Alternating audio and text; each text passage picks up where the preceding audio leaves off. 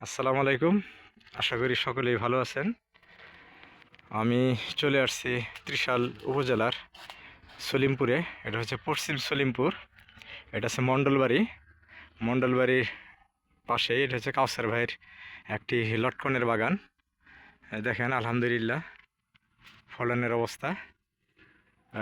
এইখানে কতগুলো লটকন গাছ আছে, প্লাস হচ্ছে এই বাগানের বয়স কত, সব কিছুই আমরা শুনবো এবং কেন তিনি এই ব্যতিক্রমী একটা ফসল এই অঞ্চলে করলেন সেটাও আমরা জানবো।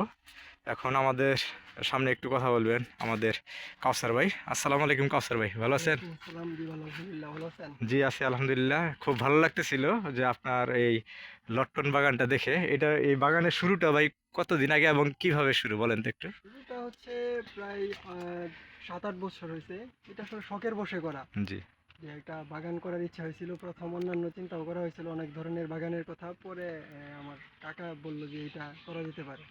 জি তো তখন বাড়িতেও অনেকেই এটা করছিল যে আসলে লটকন মানুষ আগে নদীর পাড়ে হয়ে থাকতো। জি এটা মানুষ করলে মানুষ এটা কি বলবে বা জি জায়গাটা নষ্ট হবে। জি তারপরে আমরা তার সবকিছুর পরেও আমরা করছি, করার পরে এখন আলহামদুলিল্লাহ ভালো আসছে, সবাই এখন ভালোই বলতেছে আর কি। এটা কত বছর হয়েছে বাগানটার বয়স?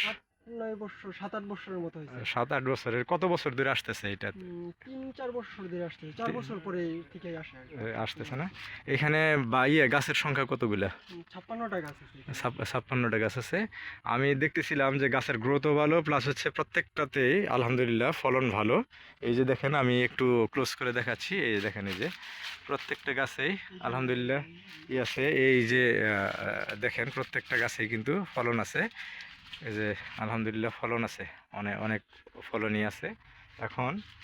আহ, তবে ভবিষ্যতের জন্য এটা কি বুঝতেছেন যে এটা আহ, কেমন বুঝতেছেন আর কি, যদি এই মাটিতে অন্যান্য তারা করবে কিনা বা শুরু করতে পারে কিনা? জি, শুরু করতে পারে। এটা আমাদের এই মাটিতে ভালোই হয়, কিন্তু হচ্ছে একটু ছায়া প্রয়োজন হয়। ছায়াযুক্ত জায়গাতে আসলে এটা করলে ভালো হয়।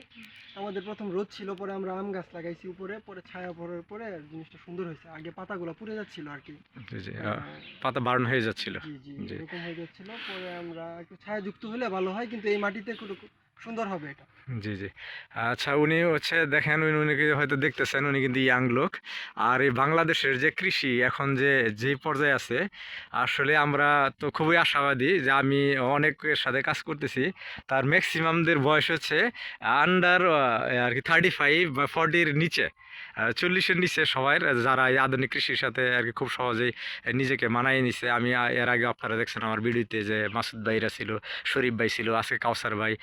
ওনারা যদি এইভাবে এগিয়ে আসে, তাহলে আমি মনে করতেছি যে বাংলাদেশের কৃষি যেভাবে পিছিয়ে ছিল, ওদের ভবিষ্যতে 2 থেকে 3 বছরের মধ্যে আমরা একটা সুন্দর একটা পর্যায়ের মধ্যে আমরা চলে যাব, আমরা আশা করতে পারি। মূলত আমার পক্ষে থেকে কাউসার ভাইকে অসংখ্য ধন্যবাদ। ভাই, যে নতুন যে এই আপনি যে একটা ব্যতিক্রমী একটা ফসল যে এইখানে আপনি লটকন করছেন, আমার কিছু আইডিয়া থাকবে, আমি আপনাকে ওইগুলো বলবো। আপনি চেষ্টা করুন সেইটাও আর কি ইনক্লুড করার জন্য।